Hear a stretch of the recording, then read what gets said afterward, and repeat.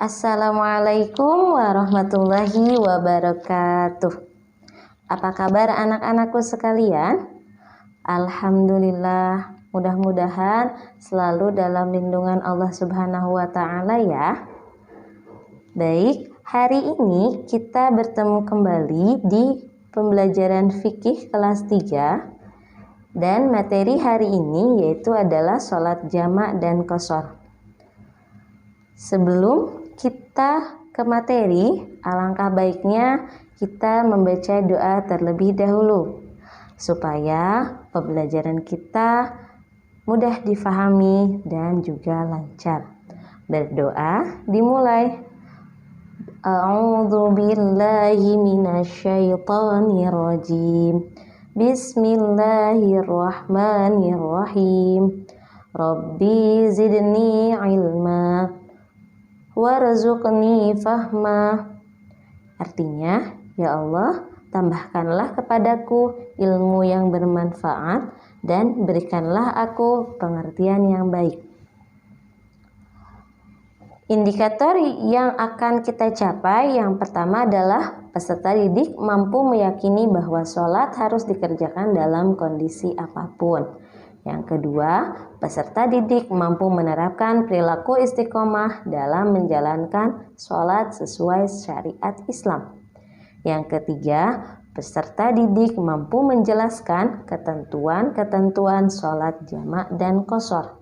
Yang keempat, peserta didik mampu menjelaskan syarat sholat jamak dan qashar. Yang selanjutnya, peserta didik mampu menjelaskan tata cara sholat jamak dan qashar. Dan yang terakhir yaitu peserta didik mampu memperagakan sholat jamak dan qashar sesuai dengan aturan syariat Islam. Oke, nah di sini ibu punya gambar.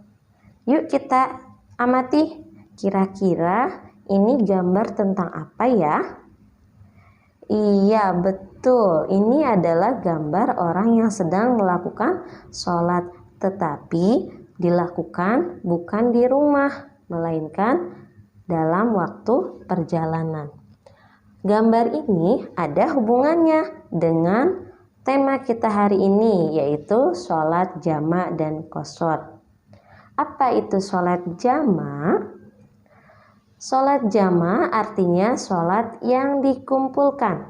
Maksudnya adalah dua sholat fardu yang dikerjakan dalam satu waktu. Misalnya sholat zuhur dengan asar dilakukan pada waktu zuhur atau pada waktu asar. Atau sholat maghrib dengan sholat isya. Dan dilakukannya bisa dilakukan di waktu sholat maghrib atau di waktu sholat isya. Sholat yang boleh dijamak adalah sholat zuhur dengan asar dan maghrib dengan isya. Sedangkan sholat subuh tidak boleh dijamak.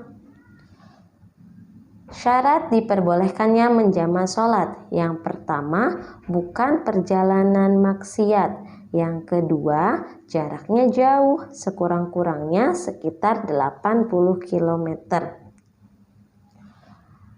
Macam-macam sholat jamak. Yang pertama adalah jamak takdim dan yang kedua adalah jamak takhir. Cara sholat jamak takdim. Yang pertama, mengumpulkan sholat pada waktu sholat yang pertama.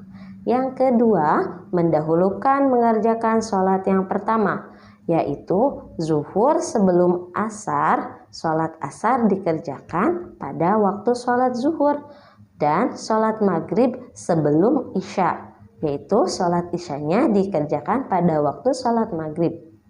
Yang ketiga, yaitu berniat jamak yang dilakukan pada sholat yang pertama. Dan yang keempat, berturut-turut antara keduanya, yaitu tidak boleh diselingi dengan sholat sunnah atau perbuatan yang lain. Yang kedua, sholat jamak takhir. Hampir sama ya, yang membedakan hanyalah dikumpulkan sholat zuhur di waktu asar. Jadi ketika masuk waktu sholat yang pertama, berniat akan melaksanakan sholat yang pertama itu di waktu yang kedua. Misalnya ketika sholat zuhur dikerjakan di waktu asar, atau sholat maghrib dan isya dilakukan pada waktu isya.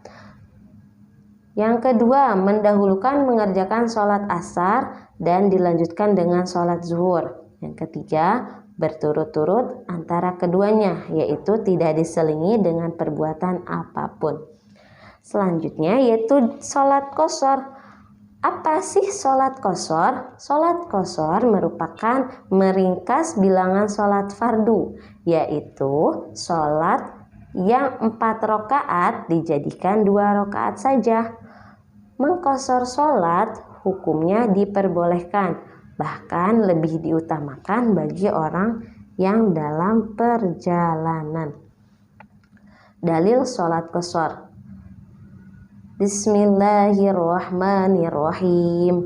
Wa idza darabtum fil ardi falaysa 'alaikum junahun an taqsuru minas shalah.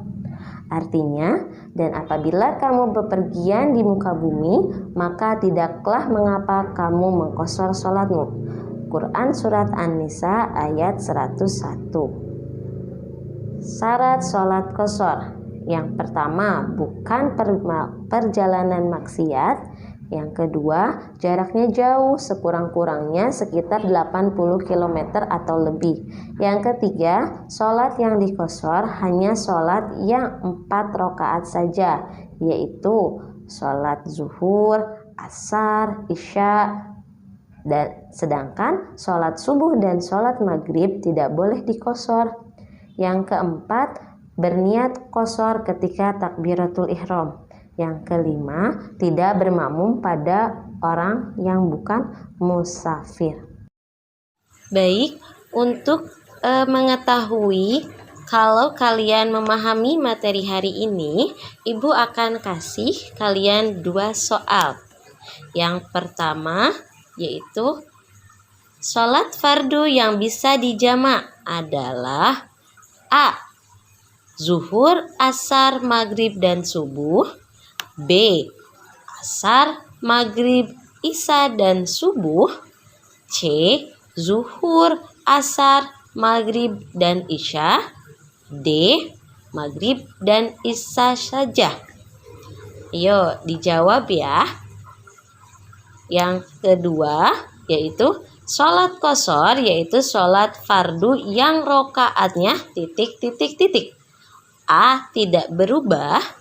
B. Tidak dikurangi. C. Diringkas. D. Ditambah. Nah, sudah dijawab? Baik, untuk soal yang pertama yaitu sholat fardu yang bisa dijamak adalah yang mana?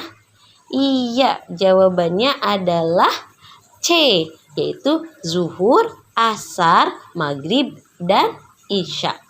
Soal yang kedua, sholat qashar yaitu sholat fardu yang rokaatnya, iya betul, sholat fardu yang rokaatnya, jawabannya adalah C, diringkas.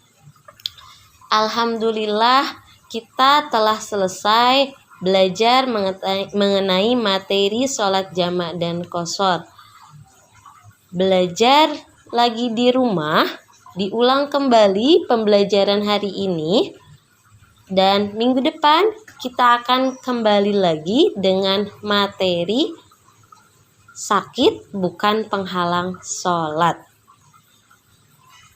Kita ucapkan hamdalah, alhamdulillahirabbil alamin. Sekian materi hari ini. Saya ucapkan terima kasih. Wassalamualaikum warahmatullahi wabarakatuh.